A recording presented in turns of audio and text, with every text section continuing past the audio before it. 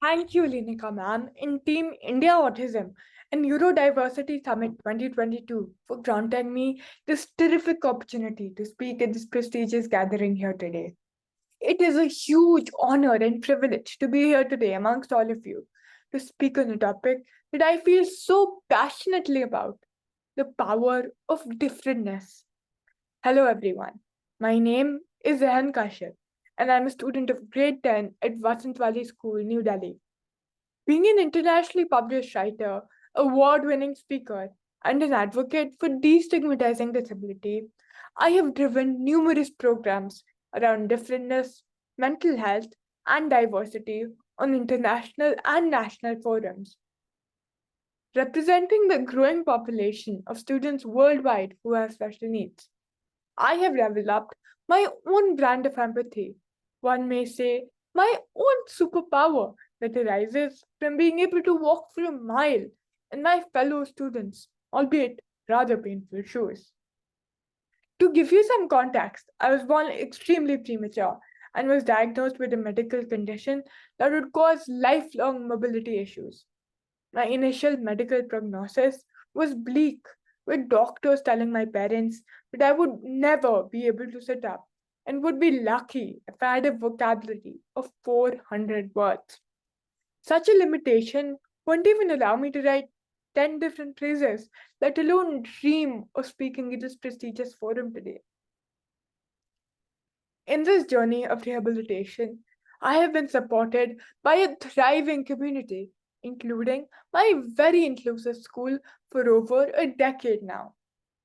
I acknowledge with humility the sheer privilege that I have, and also the responsibility to pay it forward to the village that helped me become who I am today.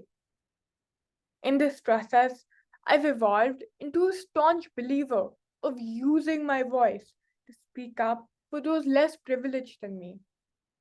To this end, I have made a conscious effort to seek opportunities to amplify messages around destigmatizing disability and promoting mental health and women's rights, specifically in the context of disability. Not only are these causes very close to my heart, but are also conversations that must be started at a very young age.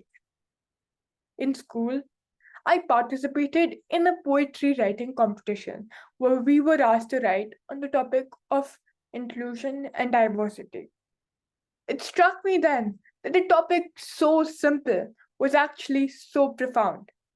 As I contextualized it in terms of what it meant to me, I thought about how through generations of conditioning, we as a society have arrived at a rampantly prevalent definition of what is normal and what is not. However, in doing so, we often ignore the power that differentness bestows upon us. If we aspire to move from being good to being great, we must actually celebrate our imperfections. As a first step, we must accept the fact that each one of us is unique. Once we do so, we'll be able to take the next step towards normalizing and thereby destigmatizing differences. In my opinion, as a society, we need to understand nor act enough to tackle the challenges surrounding disability and differentness for many reasons. And I wouldn't say that ableism in and of itself is the sole culprit. Despite the growing incidence of disability across the world, there are a host of self perpetuating issues that cause and then exacerbate this issue. Let me endeavor to break it down here. Firstly, individuals are unwilling to accept the fact that such issues exist. And this denial syndrome applies not only to those impacted, but their parents, caregivers, and significant others as well. Secondly, if they do accept it due to societal taboos or associated stigmas, they often refrain from talking about it, especially in the developing world. And thirdly, in the absence of acknowledgement, advocacy, and actions that would promote changes in societal infrastructure and legislative action are still absent from our systems. So, to break this vicious cycle, advocacy and open dialogue hold the key. And to turn this key, arts like music, poetry, writing often plays a role of a catalyst in spreading the message in bite-sized, easily digestible pieces to the masses. When it comes to normalizing differentness, it is imperative that we start sensitizing and normalizing differentness early in the life of children. And what better way to do so than through music, art, and play? Throughout history, many renowned geniuses have lived remarkable and extraordinary lives. From Frida Kahlo, Helen Keller, Albert Einstein, to Stephen Hawking, Andrea Bocelli, Beethoven, and even Van Gogh. All these masters of their craft are remembered for their contributions, not their disabilities. In fact, their disabilities are merely incidental, as they did not by any means define them, nor were they the reason driving their success and legacy. They were only able to do so because they accepted themselves as they were, lock, stock, and smoking barrel. And that, in my opinion, is exactly how it should be. Neil Marcus, an actor with a disability, once said, "Disability is not a brave struggle or courage in the face of adversity. Disability is an art, it's an ingenious way to live." Not only was the statement profound and thought provoking, but also practical and grounded in reality. At a basic physical level, different kinds of disabilities result in affected people carrying out their daily lives in ingenious ways, just to merely go on with the mundane task of living. Yet, simultaneously, living with a disability makes one more perceptive and allows for deeper conversations and bonds with people around them. But most importantly, I feel that the single biggest skill that disability allows us to explore and develop is empathy. In fact, empathy is now regarded as a very important character trait. Satya Nadella, the CEO of Microsoft, which is arguably one of the biggest and most innovative companies of all time, believes that empathy is the key to business innovation. This is because innovation comes from one's ability to grasp the customer's unarticulated needs, which is only possible if you can relate to the situation, that is, truly empathize with them. While initiating conversations around these topics, I discovered that talking about these issues, whether overtly or even covertly, is cathartic and empowering for people. In many ways, we owe it as much as to ourselves as to the countless voiceless others to speak up and encourage healthy dialogue to normalize differentness.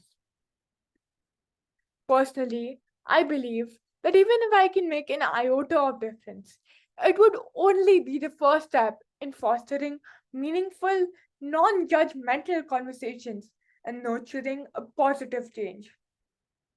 Your partnership with me will help me amplify these messages and shine a light on our diverse perspectives as we advocate for differentness and leverage the power it bestows upon us.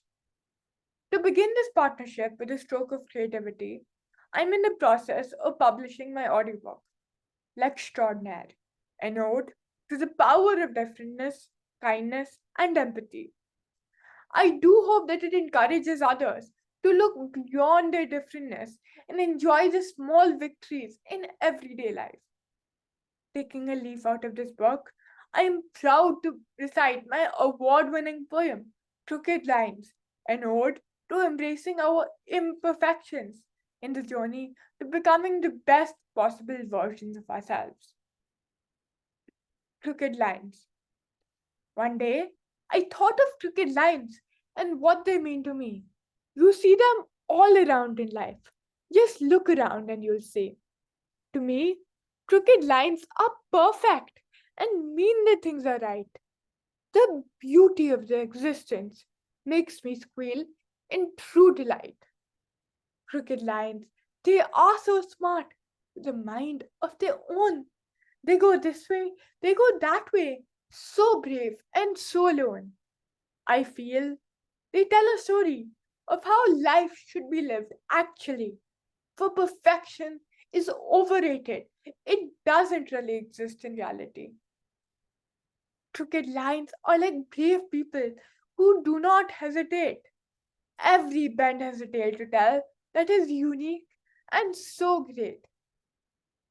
They don't pretend to be curvy and neither to be super straight. They embrace a little bit of both, and so they end up great. Not at all embarrassed of what others of them might think. To the parts that make them up, they all have strong legs. Crooked lines, they show us that having flaws is really okay, that we can truly be ourselves, no matter what people say. Let's try to be like crooked lines and deeply understand. By owning up our personal story, we can live a life so grand. So take it as a compliment. If they say, a crooked line you are, simply live up to your values, and in life, you will go very far.